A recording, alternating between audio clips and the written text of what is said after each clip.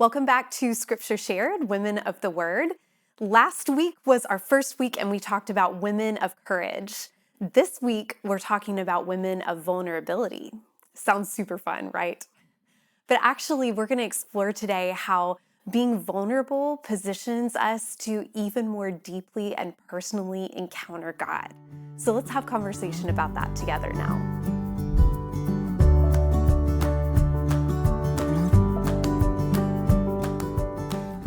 So today we are talking about women who are vulnerable in Scripture. And vulnerability of women has been this cultural trope, right, since the beginning of time, and especially in terms of biblical studies, it's often been used as a way to say women are lesser than men because they, are these vulnerable creatures. But I wonder if today we could explore the vulnerability of women as actually a place of being able to connect more deeply with God in a way that we might not be able to otherwise. So even if that's a little uncomfortable, as it is often to be vulnerable, maybe there's something in that that's really powerful. So for example, as we think about women who are in vulnerable positions in the Scripture, one of the first women that comes to my mind is Hagar. Hagar, if you remember, she is in Genesis, and God has promised to Abraham and Sarah they're going to have this son, but Sarah gets really tired of waiting, and so she tells Abraham, why don't you just go ahead and have a baby with Hagar, and that'll be good enough. And then Hagar gets pregnant really quickly, and Sarah gets super jealous, and so she doesn't treat her great and ends up sending her out into the wilderness. And so Hagar is there in the wilderness. She's a slave, she's pregnant, she's trying to figure out, okay, what do I do now? How do I even survive this? And in the midst of that is when the angel of the Lord comes to her and has this amazing conversation about how she's going to be provided for, and her son is as well. And it's this really powerful moment that ends with Hagar actually being the first person in Scripture to name God. She says, "You're the God who sees me." And so I wonder, what does that really mean? What does it mean to be seen by God or by anybody? What is it that tells you that someone truly sees you? Yeah, what immediately comes to mind to me is like in friendship or in marriage or romantic relationship or something, you don't really feel like the person sees you or knows you until they see you mess up, or when you have to apologize to them for something, or they see you fall, or they see you broken. So I can think of several times, like with my wife or with a close friend, where like, yeah, they saw me at like my worst or at my lowest moment. And up until that point, they saw a version of me, but they didn't see all of me. And that's kind of what's happening in Hagar's story. She says, you're the God that sees me because you see me in this difficult circumstance. And there's kind of this gift in being seen, like, oh, you noticed like my plight, or you noticed what's broken in me, and to be fully seen in that way. And that's kind of what stands out to me, is how other people see me in that way. And as tough as it is to say, it's when I'm at my lowest or when I'm broken that I feel totally seen. Yeah, and that, as you were both speaking, what was coming to my mind was like time in a small group or like a recovery group or something, when I'm at a very low point and decide to share what's on my mind. And I'll have like this fear that people are going to, judge or say, oh, man, you don't have it all together. Nobody ever responds that way. You get to experience love.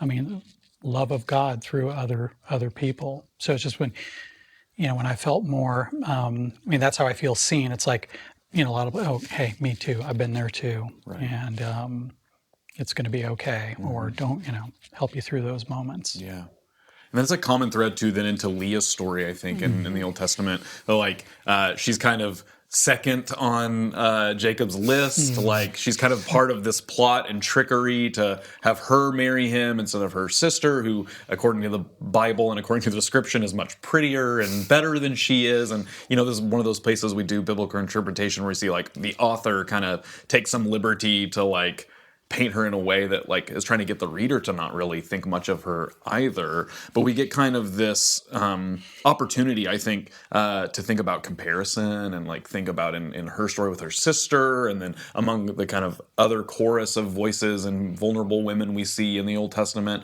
like how she stands out, and maybe how God's grace or God's mercy is at work in her life, and how she stands out maybe as somebody that we could learn something from. But I can only speak from hearing it from other women's testimony about this, but like this comparison thing is very common, and for Leah it's a very common thing for her and her story, but I think it's a human thing too. And I was kind of wondering, in Leah's story we see this comparison. Is that something that you guys struggle with, is comparing yourself to others, your peers or other people you know or people you admire? And how does Leah's story teach us about the struggle of the comparison game that we find ourselves in?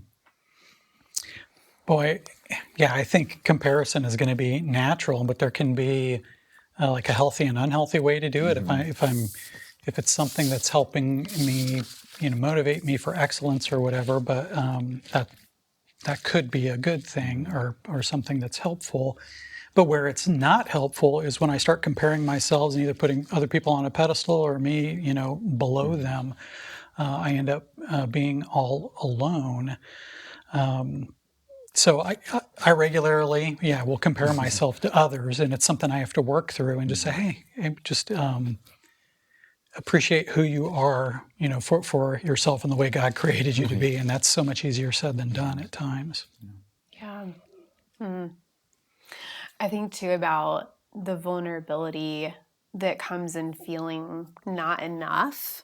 Like there's comparisons that I make on a more superficial level or in a professional level, I don't have the charisma that Katie does, Right. or I don't have the wealth of biblical knowledge that Tom does or something like that. But I think there's an even deeper vulnerability of sometimes feeling like the comparison gets to a level of saying, and I'm not enough. And I think when we have people in our lives like Leah had with Jacob that reinforce that narrative of, you aren't enough. I love somebody else more. Yeah, right. In Leah and Jacob's case, but we have people in our lives sometimes that we're in relationships with out of our choosing or not our choosing that, kind of play into that. Yes, you're not enough. And so I think one of the important things that Scripture does for us and spending time with God does for us is it speaks a different narrative into us that helps us say when we're starting to compare or starting to think, I'm not enough, God saying, you are. I notice you, I see you, you are worthy of value, and I want you to rest in that belovedness. We see that kind of pulled through then in Leah's story, where one of her sons, Judah, finds himself in Jesus's family tree. Is a kind of different perspective than even the Old Testament account of Leah's life. Is a different kind of redemptive part of her having this son, and then becomes part of Jesus' story. Why do you think the author of Jesus' story included Judah, or at least in some sort of emphatic way, he's in Jesus' family tree? And then in the same way, Leah then is in his family tree. I'd throw that at Amy. That's a big one, man. That's a big one. Yeah.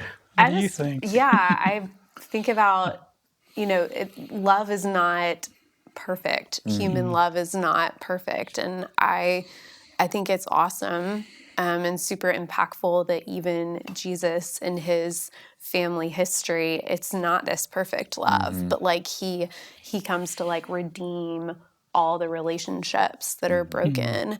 But also wonder like with, down the road, did Leah pour into Judah's life, in a way that then he was able to better love the people in his life, and it kind of got passed down that maybe she broke that cycle for him, or I want to believe or hope that, that was one of the things she could give him. Kind of like out of her experience of probably not feeling seen by those around her, she's able to see him, share that love. I like that.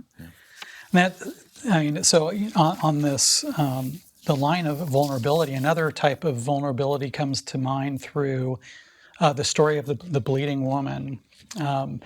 when she is, she's been bleeding for 12 years. She spent all this time and money with doctors and is, and then hears that Jesus is coming by. And this is someone who's shunned by society, and she rushes into the crowd and is crawling through the crowd just to touch him, believing that just touching him will heal her.